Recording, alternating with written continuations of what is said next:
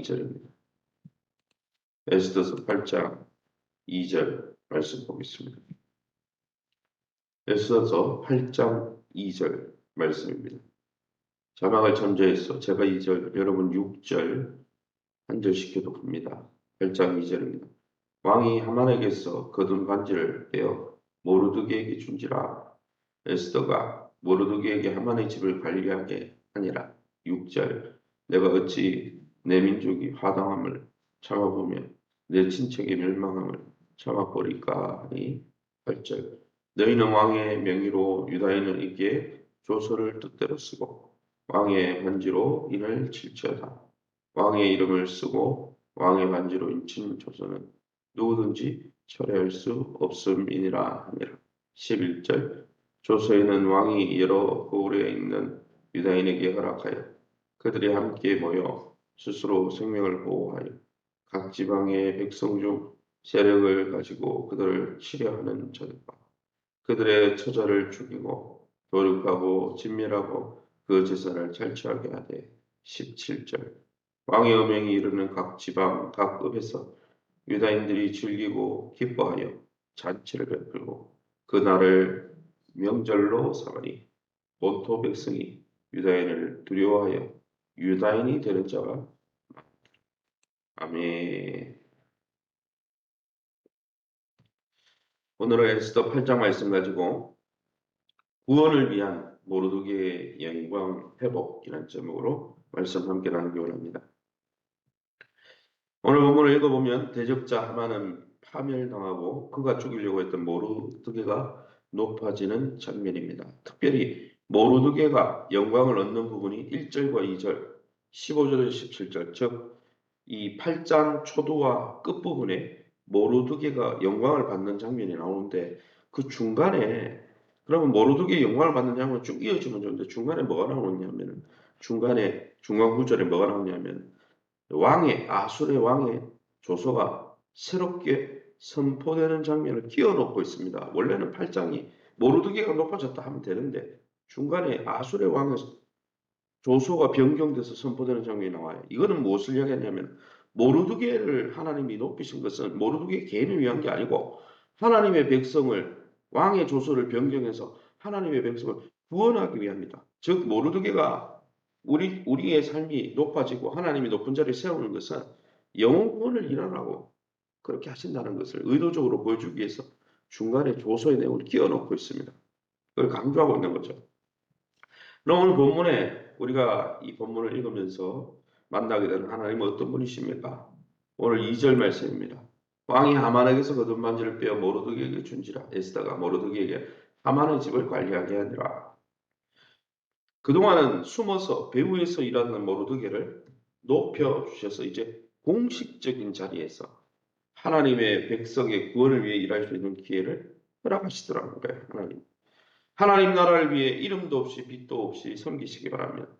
때가 되면 하나님이 모르드게처럼 높여서 사용하시는 것이죠. 11절 말씀입니다.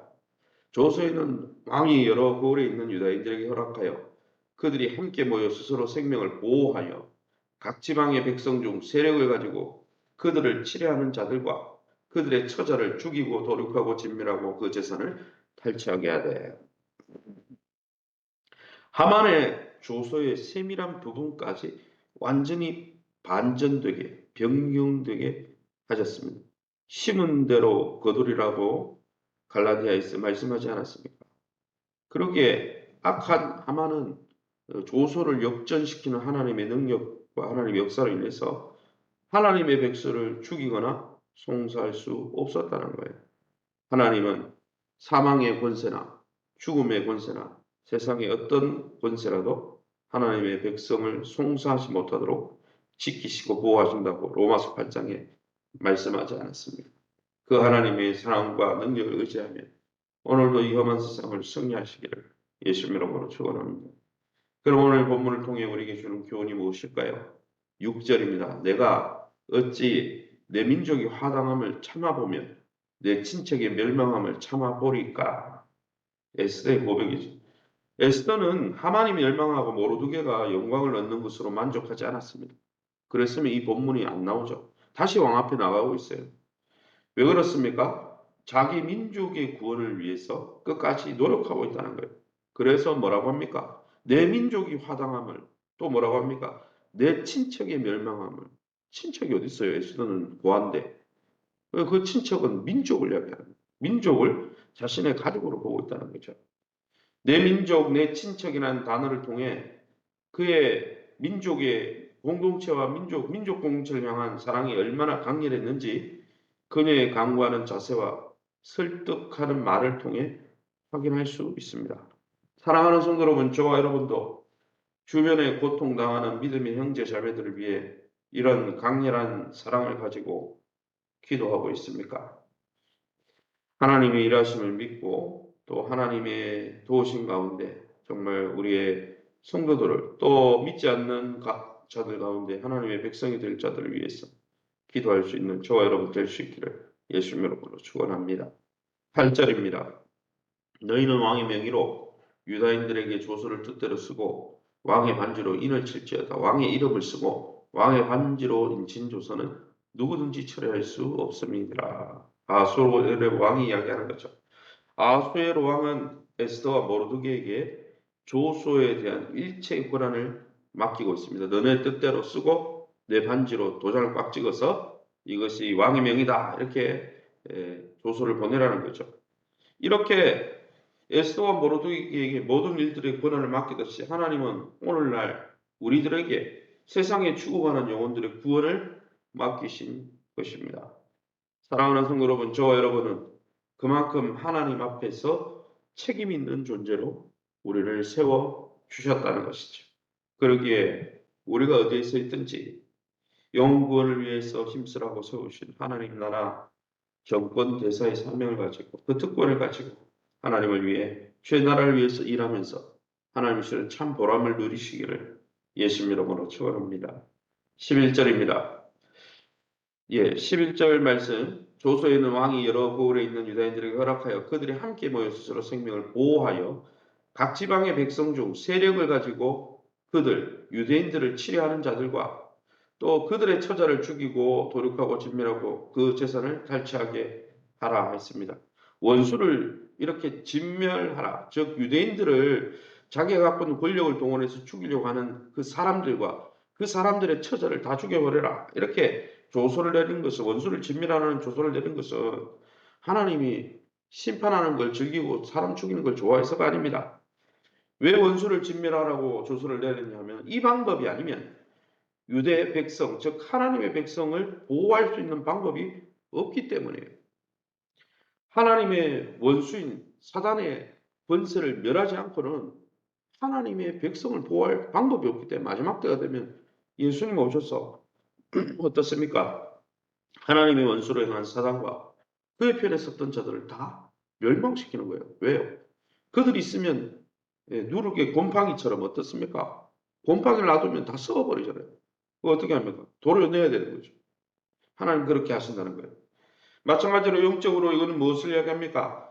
하나님의 원수인 옛사람의 욕심과 정욕이 죽지 않고는 하나님의 구원을 이룰 수 없다는 거예요. 오늘도 내 속에 어떤 원수를 진멸시켜야 할까요? 자꾸 되살아나는 못된 죄의 습성과 못된 옛사람의 습성이 무엇입니까? 그것은 십자가에 못 박지 않고는 우리가 그리스도의 장성한 자리에 이를 수 없다는 거죠. 그러기에 저와 여러분이 영적으로 자꾸 되살아나는 모든 악한 세력들 십자가에 못 박고 자기를 부인하고 주님의 뒤를 쫓아가시기를 예수님 이름으로 축원합니다. 마지막 절입니다. 왕의 어명이 이르는 각 지방 가급에서 유다인들이 즐기고 기뻐하여 잔치를 베풀고 그날을 명절로 불임절로 삼으니 본토 백성이 유다인을 두려워하여 유다인이 되는 자가 많더라. 모르드게의 영광과 에스더의 권세로 말미암아 이제 아직 결전의 날이 남아 있어요. 그리고 아직 하만과 거기에 동조해가지고 하나님의 백성을 죽이려고 하던 사람들을 심판하지 않았음에도 불구하고 이제 심판하는 날이 다가오는 거죠. 예수님의 재림의 날이 다가오듯이. 그러면은 아직 축하 파티를 폭죽을 터뜨릴 때가 아니잖아요. 아직 대적들이 살아있는데. 그런데 유대 백성들은 오늘 본문에 보면 아직 결전의 날이 남아 있음에도 승리의 축하 파티를 벌이고 있는 장면입니다. 예수 무엇을 이야기합니까? 예수 그리스도는 우리의 왕이시고 영광이시고 그분이 재림하면 악한 사단의 권세가 거기에 소속되어서 모든 사람들이 심판당하겠죠. 그러나 그 심판의 날, 영광의 날이 아직 오지 않았지만 우리가 그날을 믿고 의지하면서 그날이 확실히 오기 때문에 믿음으로 오늘을 살 때 기쁨으로 성령 충만한 기쁨 충만 아니겠습니까? 항상 기뻐하라 그랬잖아요. 쉬지 말고 기도하고. 그죠? 성령의 열매는 사랑과 희락, 기쁨이라고 그랬죠. 왜? 이미 우리에게 승리가 주어졌기 때문이죠. 그러기에 날마다 예수님의 재림을 묵상하면서 완전한 승리를 주실 주님을 묵상하면서 이미 우리가 이제는 죄의 종로로 탄 자가 아니라 하나님의 백성 되었음을 확신하면서 믿음과 기쁨으로 이 천국 잔치를 날마다 즐길 겁니다. 한 영혼을 구원함으로 또 이 천국 잔치의 기쁨에 동참하시는 저와 여러분 될 수 있기를 예수 이름으로 축원합니다. 이 시간에 우리 앞서면서 기도할 때 이렇게 기도합니다. 나의 욕심과 정욕을 철저히 죽이고 날마다 그리스도의 장성한 분량같이 주의 구원을 이루어가는 성화를 이루어가는 우리의 삶 되게 해달라. 더불어서 사단의 세력들 또 사단에 속한 자들의 아무리 강할지라도 그들을 멸망시키시고 그들을 완전히 심판하셔서 우리를 구원하실 주님의 재림의 날을 기뻐하면서 두려움 속에 신앙생활하는 자가 아니라 날마다 기쁘고 확신 가운데 믿음 생활할 수 있게 되라고 예수의 은혜 안에 강하고 복음으로 섬기도록 세우신 교회 사역들을 위해서 한우들과 자녀들과 기업을 문제를 놓고 우리 합심해서 통성으로 기도합니다.